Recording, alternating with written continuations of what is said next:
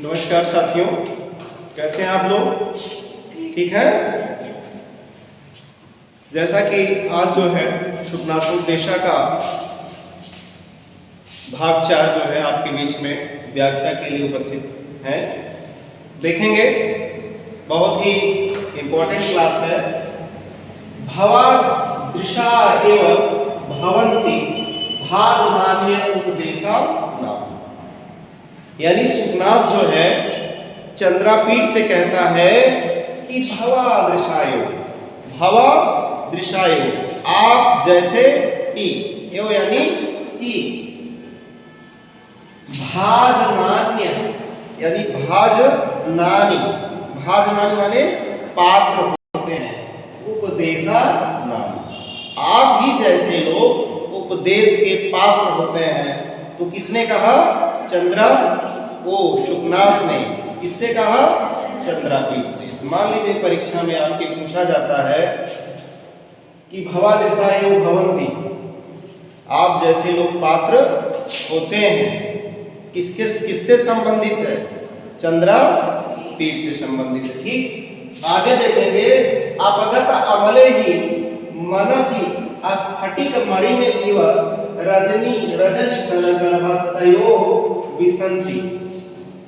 कहने का अभिप्राय यह है कि स्फटिक मणि में इव, स्फटिक मणि में इव कह रहे हैं जिस प्रकार से स्फटिक मणि में रजनी कनगर्भस्तयो विसंति, यानी चंद्रमा की शीतल किरणें क्या है? विसंति, प्रवेश कर जाती है।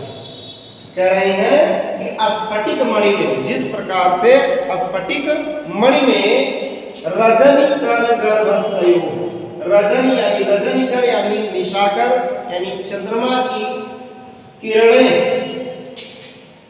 विसंति, प्रवेश कर जाती है। कैसे? सरलता से। और सुखोपदेश गुणा, सुखोपदेश गुणा गुरु वचनम अमलम अपि। उसी प्रकार से गुरु का जो वचन होता है वो अमलम अपि यानी मल रहित होता है, दोष रहित होता है। कैसा होता है? दोष रहित होता है।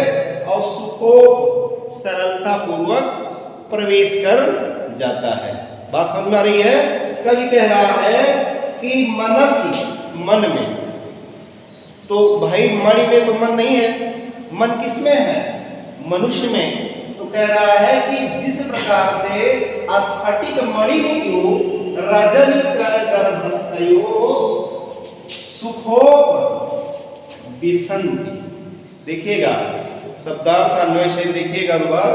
कह रहे हैं कि जिस प्रकार से स्फटिक मणि में रजनी कनगर्भस्तयो यानी रजन यानी चंद्रमा की शीतल किरणें जो है सुखोप विसंति यानी सरलता से प्रवेश कर जाती हैं। ठीक उसी प्रकार से क्या गुरु वचनम अमलम अपि यानी गुरु का जो निर्मल वचन है, गुरु का जो निर्मल वचन है, उपदेश रूपी जो गुण है, वह मनसी उसके मन में यानी मनुष्य के मन में, व्यक्ति के मन में सरलता से प्रवेश कर जाते हैं। और कैसे? सलिलमियो महद उपजनयति श्रवण स्थितम शूलम अभव्यस्य। और जिस प्रकार से अभव्यस्य, अभव्यस्य जो अभव्य लोग हैं यानी जो दुर्जन व्यक्ति हैं, जो दुर्जन व्यक्ति हैं, तो उनके जो गुरु वचनम, गुरु का जो वचन है वो क्या करता है? श्रवण स्थितम, कान में स्थित, महद उपजनयम शूलम यानी जिस प्रकार से, उसी प्रकार से जो गुरु का जो अमृत वचन है, निर्मल वचन है, जो अभ्यस्य है, जो दुर्जन है, जो दुष्ट स्वभाव के लोग हैं, उनके जब कान में उनका उपदेश जाता है तो महद उपजनयति, अधिक पीड़ा को उत्पन्न करती है। कैसे?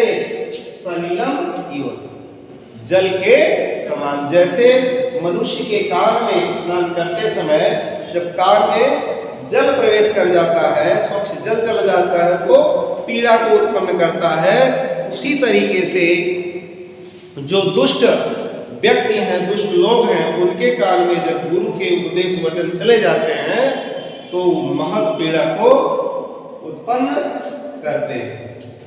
इतरस्य तो, इसके अलावा करिणी संख्यावरणम आनंद शोभा समुदय अधिकतरम उपजय जनयति, यानी इसी प्रकार से कवि कहना चाह रहा है कि गुरु का जो वचन है वह ठीक उसके विपरीत,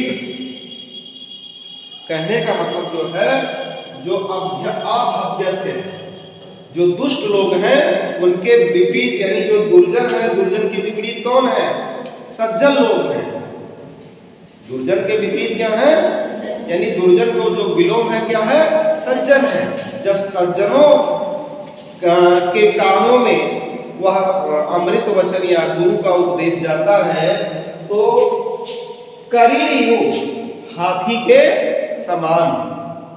जिस तरह से हाथियों के जो कर रहे हैं करीड़ी हो संख्याभरण, यानी हाथियों का जो कर्ण, गले का जो आभरण होता है, आभूषण होता है, इसके आननम, आननम माने उसके मुख की, शोभा समुदयम, यानी इनकी शोभा का समुदय हो जाता है, यानी शोभा से संपन्न हो जाता है। और अधिकतरम उपजनयति, यानी इनकी शोभा को बढ़ा देता है। जिस तरह से हाथियों के गले की शोभा शंखों के आभूषण से बढ़ जाता है, उसी तरीके से गुरु का जो उपदेश वचन है वो सज्जनों के मुख की शोभा को बढ़ा देता है। सीधा सीधा दो भाव है।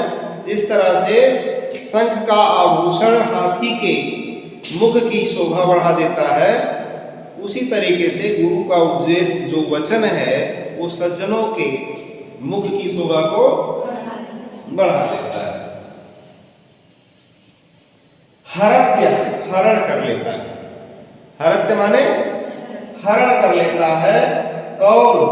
अति मलिनम अंधकारम, अत्यधिक मलिन अंधकार को।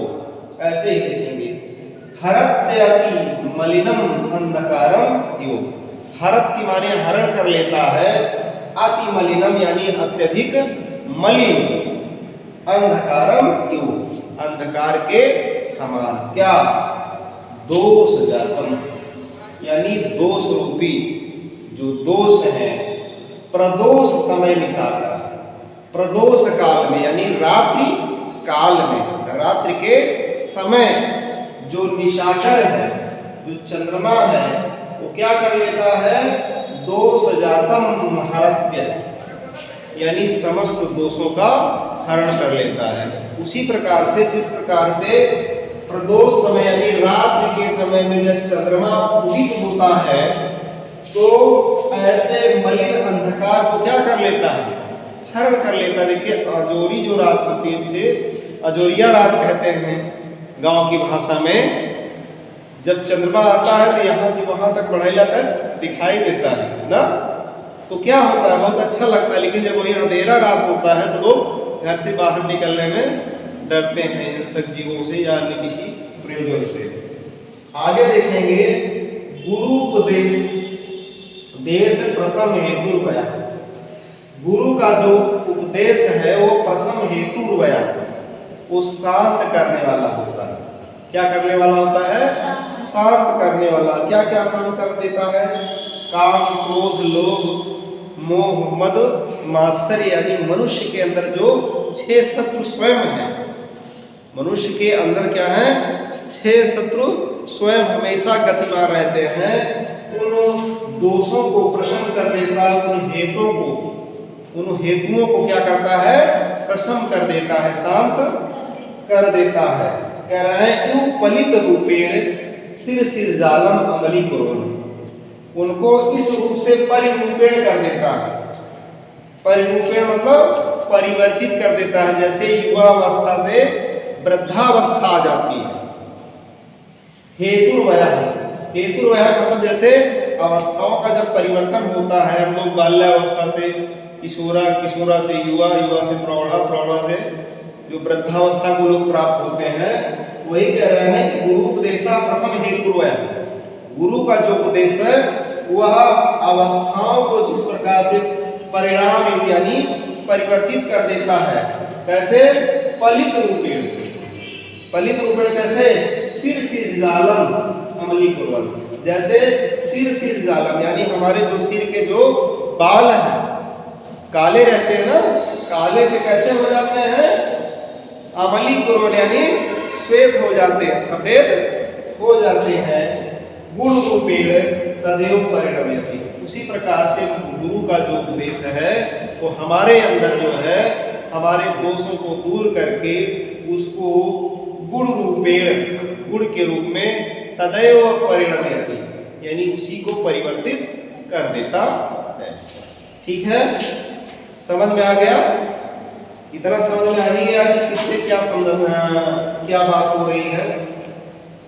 ठीक है, और किसी को कुछ पूछना हो तो बात कर सकता है। धीरे धीरे अनुवाद करना सीख जाइए। मान लीजिए आपको परीक्षा में ग्रेजुएशन करने वाले जो बच्चे हैं हमको दे दिया पैसेज में, तो पैसेज में आपके ऐसे दो ही भाव एक साथ चलेंगे। ठीक है, दो भावों का उल्लेख किया गया है, एक मुख्य है एक अमुख्य है, ऐसे दो भावों को इसमें लिखा गया है। ठीक है, धन्यवाद।